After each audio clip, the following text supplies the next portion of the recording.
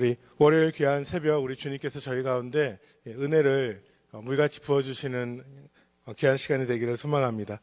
저희들이 살아가면서요, 자주 쓰는 단어가 있습니다.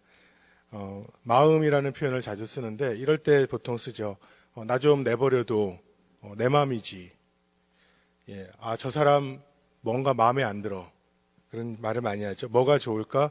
마음대로 해. 뭐 이런 얘기들을 저희들은 많이 하죠. 가만히 생각하면 마음이라는 단어를 굉장히 자주 사용합니다. 그런데 우리는 이러한 단어를 사용할 때마다 주로 그 마음의 그 마음이 어디에 속해 있냐면 이것은 나의 마음인 것입니다. 내가 좋아하고 내가 원하고 나를 만족시키는 것, 이때 마음에 든다라는 표현을 저희는 사용하는 것입니다.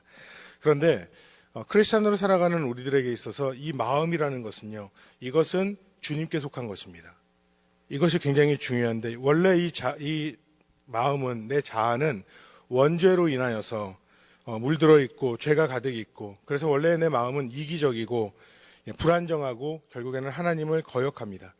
사사기에 보시면요, 이스라엘이 가나안 땅을 점령한 후에 그곳에서 살아가면서 시간이 흐른 후에 모습을 보여주는데, 한 문장으로 정리하는 그들의 모습이 무엇이냐면 사람마다 자기 소견에 옳은 대로 행동하였더라, 이렇게 나옵니다. 그러니까 사람마다 자기 마음대로 생각하고 행동하고 결정했다는 것입니다. 이들이 원래는 가나안에 들어갈 때 주님의 말씀대로 살았고 주님의 말씀대로 싸웠고, 그래서 하나님께서는 가나안의 7 족속을 물리치고 그 땅을 차지하게 하셨습니다. 그런데 이들이 그곳에서 편안한 삶을 살게 되자 주님 앞에 엎드려서 하나님 앞에 은혜를 구하고 이 마음을 주님 앞에 드리는 것이 아니라 자기들의 생각나는 대로, 마음이 원하는 대로 그곳에서 마음대로 살았다는 것이죠. 사랑하는 여러분, 예수님을 믿는다는 것이 과연 무엇입니까? 내 마음의 중심을 예수님께 드리는 것입니다. 예수님을 영접할 때 많은 분들이 여러 가지 다른 모습으로 하지만 저는 사형리로 예수님을 영접했는데, 거기에 보면은 마지막에 이런 질문을 해요. 내 마음의 왕좌에 누가 앉아 있기를 원하느냐라는 질문을 합니다. 그리고 예수님이라고 고백하면 그 후에 영접 기도를 합니다. 그러니까 내 마음의 중심이 나에서 주님으로 변화되겠다라는 결단이 없고서는 참된 영접이 없다라는 것입니다.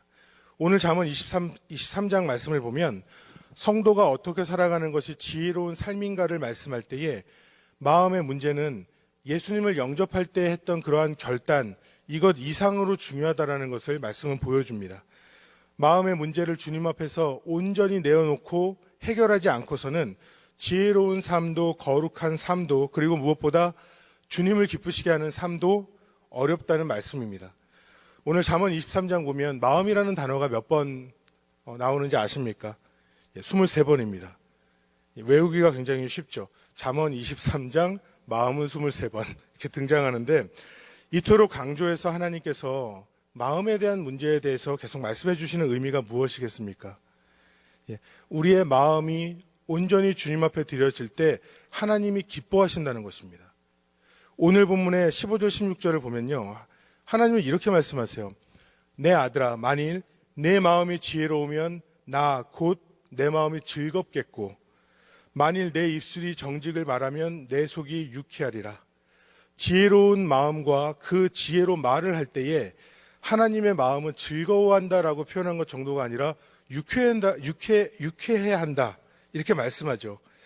유쾌하다라는 단어는요, 성경 전체에서 여기서 단 한 번 사용됩니다. 하나님의 마음입니다.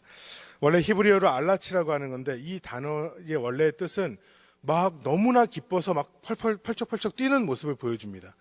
경기에서 승리하면 막 두 팔을 벌리고 막 뛰어다니는 이러한 좋아하는 모습, 그러한 승리를 거두었을 때의 그러한 모습을 보여줍니다. 그러니까 원어로 생각해 볼 때에 우리의 지혜로운 마음은 하나님을 기뻐 뛰게 할 뿐만이 아니라 두 팔을 벌려 그 기쁨을 주체하지 못하게, 그 정도로 하나님의 마음을 기쁘게 만든다는 것입니다. 그러니까 그만큼 우리의 마음에 대한 문제가 중요하다라는 것입니다. 그렇기 때문에 26절에서는 이렇게 말씀하죠. 내 아들아, 내 마음을 내게 주며 내 눈으로 내 길을 즐거워할지어다. 이 말씀에서 표현되는 아버지로 표현되는 하나님은 우리에게 무엇이라고 말씀하시냐면 내 마음을 내게 주라. 내 마음을 내게 주어라 라고 말씀하죠. 사랑하는 여러분, 우리의 마음을 주님 앞에 드리라고 말씀하는데 그것이 지혜로운 삶이 될 것이고 소망과 능력의 삶이 될 것이라는 말씀입니다. 그런데 어떻게 하면 우리의 마음을 하나님 앞에 드리고 주의 마음을 기쁘시게 해드릴까? 정말 주의 마음을 어떻게 하면 유쾌하게 해드릴까? 오늘 말씀 속에서 간단히 두 가지만 살펴보기를 원합니다. 첫 번째는 주를 온 마음으로 경외하는 것입니다. 17절에서는 이렇게 말씀합니다. 내 마음으로 죄인의 형통을 부러워하지 말고 항상 여호와를 경외하라. 하나님을 경외함, 집요하리만큼 반복되는 잠언의 핵심입니다. 하나님을 경외함이 지식의 근본이다 이렇게 말씀하면서 잠언에서는 계속 반복해서 경외하라고, 하나님을 정말 경외하는 삶을 살라고 말씀합니다. 경외함에 대해서 생각해 보면 하나님을 온전히 경외한다라는 것은 쉽고 알 것 같으면서 어렵고 이해가 잘 안 될 수 있습니다. 그 이유는 경외한다라는 이 의미 자체는 단순히 두려워한다라는 것과는 개념이 다르다는 것이죠.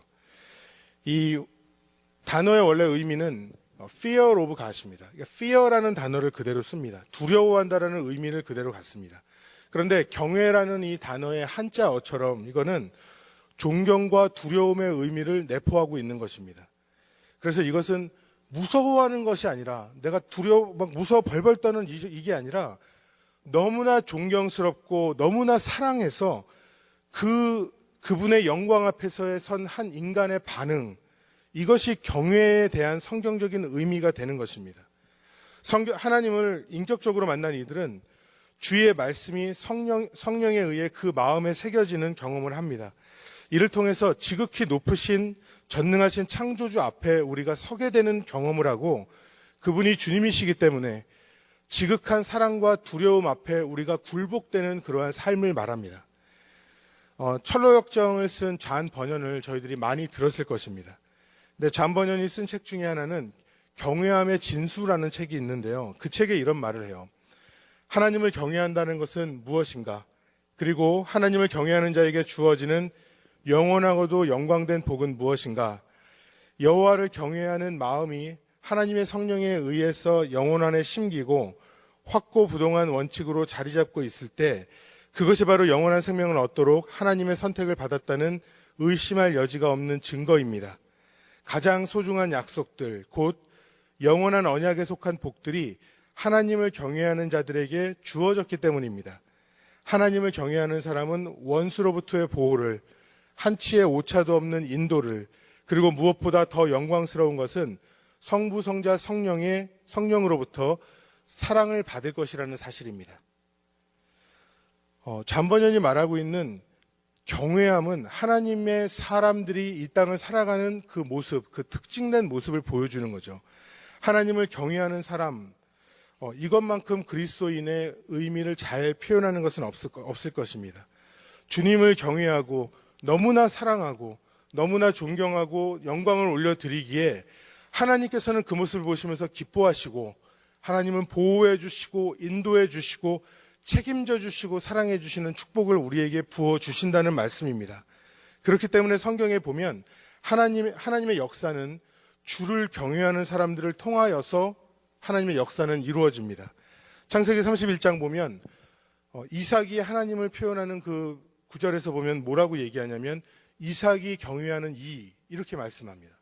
그러니까 이삭이 경외하는 이가 하나님이라는 것이고 신명기 4장의 말씀을 보아도 모세는 하나님의 말씀을 백성들에게 가르쳐 줄 때 그들이 세상을 사는 날 동안 나를 경외함을 배우게 하고, 그러니까 세상을 살아가면서 계속해서 하나님을 정말 어떻게 경외하는지, 어떻게 살아가는지를 배우게 한다.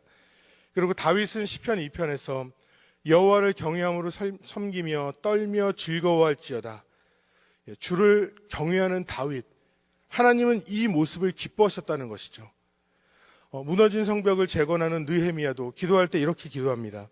주여 구하오니 귀를 기울이사 종의 기도와 주의 이름을 경외하기를 기뻐하는 종들의 기도를 들으시고, 경외하는 자들의 기도를 들으시고, 사랑하는 여러분, 주님을 정말로 경외한다라는 거, 전능하신 하나님이 살아 역사하시며 불꽃 같은 눈으로 나를 보고 계시는 것입니다. 그 주님이 나와 동행하시는 것입니다. 이 사실을 놓치지 않고 살아가는 오늘 되기를 간절히 소망합니다. 주를 경외하는 것, 이것이 우리가 살면서 가져야 되는 참된 지식이라는 것이죠. 이 하루를 살 때 나는 지금 주님 앞에 서 있다. 주님이 나와 동행하며 역사하신다. 주의 임재와 동행 속에서 경외함으로 섬기고 두려워 떨며 즐거워하며 주의 역사가 나타나는 우리들의 삶이 되기를 간절히 소망합니다. 작은 일을 할 때에도, 작은 생각을 할 때에도 주님이 나와 함께 하신다. 근데 그 주님은 전능하신 창조주, 능력 있는 지존자이시라는 것을 우리들이 기억하고 이 하루를 살아갈 때에 작은 것 하나에도 하나님의 영광이 드러나고 작은 말 하나에도 주 예수님의 사랑이 전해지는 귀한 삶을 살게 될 줄로 믿습니다. 두 번째로, 내 마음을 주님께 드린다는 것은 내 마음의 주인이 오직 예수님이 되는 것입니다. 원래 우리 인간은 내 마음대로, 내 중심대로, 내 마음대로 하기를 원하는 그러한 그 존재입니다. 내가 원하는 것, 내가 이루고 싶은 것, 내가 기뻐하는 것. 그런데 예수님을 믿으면 내 마음의 중심을 내어 드리는 것입니다. 그렇기 때문에 다른 어떤 것도 주인이 될 수 없습니다. 내 마음을 다른 것들에게 내어줄 수 없고, 나에게는 그런 권리가 없기 때문입니다. 그것을 믿음으로 우리는 받아들이는 것입니다. 오늘 잠언 말씀 속에서 이 35절까지의 말씀을 쭉 보면 악한 것을 설명할 때에 술과 음료에 대한 내용을 설명하고 있습니다. 20절 보면 술을 즐기고 탐하는 자들을 멀리하고, 30절, 31절 말씀을 보면 술은 순한 것 같으나 마침내 뱀같이 너를 물 것이고 독사같이 쏠 것이다, 이렇게 말씀합니다. 음녀는 깊은 구덩이요 이방 여인은 좁은 함정이다라고 말씀합니다. 이것이 어떤 의미입니까? 처음에는 좋은 것 같고 달콤한 것 같은 그런 기분이 들지만 결국 그로 인하여서 함정에 빠지게 되고 낭패를 당한다고 말씀합니다. 여러분, 왜 그렇겠습니까? 이것들이 내 마음을 점점 잠식해 오기 때문에, 내 생각이 이것에 끌려다니고 결국에는 내 삶이 이것을 추구하는 삶으로 점점 변해버리며 타락하게 되기 때문에 그렇습니다. 29절에서 이렇게 말씀하죠. 재앙이 네게 있느뇨, 근심이 네게 있느뇨, 분쟁이 네게 있느뇨, 원망이 네게 있느뇨, 까닭없는 상처가 네게 있느뇨, 붉은 눈이 네게 있느뇨. 세상의 악한 것에 우리의 관심을 빼앗기게 되면, 마음을 내어주게 되면 이것들이 우리의 마음에 들어와서 주인 노릇을 하고 결국에는 우리의 삶에 재앙과 근심과 분쟁과 원망과 상처로 가득하고, 붉은 눈이라는 것은 너무나 근심한 나머지 눈이 충혈되는 것 같은 모습을 보여줍니다. 여러분, 우리가 예수님을 따른다고 말하며 우리가 살고 있지만 단순히 따라가는 것으로는 부족합니다. 우리의 마음의 주인이 예수님이 되어야 하는 것입니다. 마음의 주인이 마음의 주인이 예수님이 되지 못하면, 예수님을 따라다녔지만 결국에는 자기의 원한 대로 삶을 살았던 가룟 유다처럼 그 마음이 주님으로부터 떠나거나 배신하거나 흔들릴 수 있다는 것입니다. 여러분, 꼭 기억하시기를 바랍니다. 구원받은 우리의 삶에 그 마음의 주인은 선명한 것입니다. 예수님이 내 마음의 왕이시다. 내 마음에는 왕이 계셔서 예수님이 원하지 않는 생각은 받아들일 수 없다. 여러분, 이 원칙이 분명해야 마음을 빼앗기지 않고 끝까지 흔들리지 않는 것입니다. 사랑하는 여러분, 세상의 유혹과 세상의 유흥은 내 마음을 빼앗을 수 없는 것입니다. 불안함이 내 주인이 될 수 없습니다. 두려움이 내 주인이 될 수 없습니다. 염려가 내 주인이 될 수 없습니다. 그것들은 그러한 자격이 없습니다. 우리는 속으면 안 됩니다. 왜냐하면 내 마음의 주인은, 내 삶을 인도하시고 책임져 주시는 그분은 바로 예수님이시기 때문에 그런 것입니다. 우리는 우리를 너무나 사랑하고 보호하고 계시는 하나님을 매 순간 바라봐야 합니다. 하나님은 우리를 즐거워하고 계시고 우리가 이 마음을 주님 앞에 드릴 때에 본문의 말씀처럼 즐거워하시고 그것만이 아니라 유쾌해 하시는, 기뻐서 뛰시는 우리 하나님이시라는 것을 여러분 기억하는 이 아침이 되기를 간절히 바랍니다. 이 하나님이 믿어져야 합니다. 이 하나님이 믿어지고 받아들여지고 이 하나님이 나를 인도하는, 나를 주관하고 역사하는 그 놀라운 은혜가 우리의 삶에 있어야 합니다. 지금 내 형편과 처지가 어렵지만, 주변 상황이 두렵고 절망스러운 것 같지만, 나의 하나님은 나를 지켜 보호하고 건지시는 하나님으로 지금 나와 함께하고 계시다는 것을 우리는 믿고 내 삶을, 마음과 생각과 나의 삶의 모든 의지를 주님 앞에 내어 드릴 수 있어야 하는 것입니다. 여러분, 우리의 삶에 정말 무엇이 커 보입니까? 정말 우리를 흔들고 우리 주변에 커 보이게 만드는 것들이 너무나 많이 있습니다. 성공하는 거, 안정적인 삶, 사람이거나 재물이거나 내가 만족스럽게 되는 거, 내가 의지할 수 있게 만드는 거. 여러분, 우리는 이런 것들에 마음을 빼앗겨서는 안 되는 것입니다. 우리 주님은 지금도 상상할 수 없을 정도로 크고 놀라우신 주님이십니다. 지금도 우리를 향한 상상할 수 없는 크고 놀라운 계획으로 우리를 인도해 가고 계십니다. 내 마음을 이 순간에 믿음으로 주 앞에 나아가서 내 마음을 주 앞에 온전히 드리고 주를 신뢰함으로 나아가는 우리 모두가 되길 간절히 바랍니다. 빌립보서 2장 5절에서는 이렇게 말씀합니다. 너희 안에 이 마음을 품으라. 곧 그리스도 예수의 마음이니. 정말 주님이 바라보실 때 지혜로운 삶을 산다라는 것은 내 마음의 주인이신 주님을 매 순간 고백하고 오늘 하루도 예수님을 마음에 품고 사는 삶을 말하는 것입니다. 이 하루를 살아갈 때에도 우리에게는 많은 유혹이 있을 것입니다. 많은 사람과 많은 상황을 만날 것입니다. 이것들이 우리의 마음을 비집고 들어와서 왕노릇하려고 하고 세상의 유혹들, 우상이 되어서 내 마음의 중심에 앉기를 원하는 것이 얼마나 많겠습니까? 그런 순간 기억하시고 선포하시고 주님 앞에 믿음으로 붙잡으시기 바랍니다. 나는 주님의 것입니다. 나의 마음은 주님께 내어드렸습니다. 나의 생각은 말씀의 지배를 받고 성령님께서 통치하시고 역사하십니다. 주님 앞에 온전히 내어드리고 승리하시는 그런 저와 여러분이 되기를 우리 주 예수님의 이름으로 간절히 축원합니다. 준비된 파워포인트 보시며 함께 읽고 기도하겠습니다. 첫 번째입니다. 세상 유혹 속에서 오직 내 마음은 주님의 것임을 고백하며 오직 주를 경외하는 하루를 살아 오늘도 승리하게 하여 주시옵소서. 교회를 위한 두 번째 기도 제목입니다. 류영열 담임 목사님의 영육간의 강건함과 모든 리더십에게 은혜를 주시고 모든 성도들이 코로나를 극복하고 주 앞에 나와 더욱 열심으로 주를 찬양하고 예배하는 삶을 살게 하여 주시옵소서. 또 저희 교회의 주변의 환우들을 위해 기도합니다. 교회의 많은 환우들에게 긍휼의 역사를 베푸사 오늘 하루 주께서 주시는 소망으로 살고 치유와 회복의 역사가 있게 하여 주시옵소서.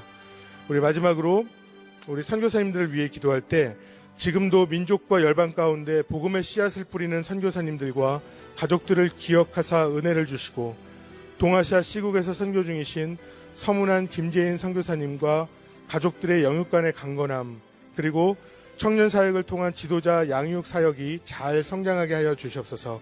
우리 파워포인트에 있는 기도 제목을 가지고 또 오늘 말씀을 가지고 저희 합심하여 기도하고 이어서 자유롭게 기도하도록 하겠습니다. 기도하겠습니다.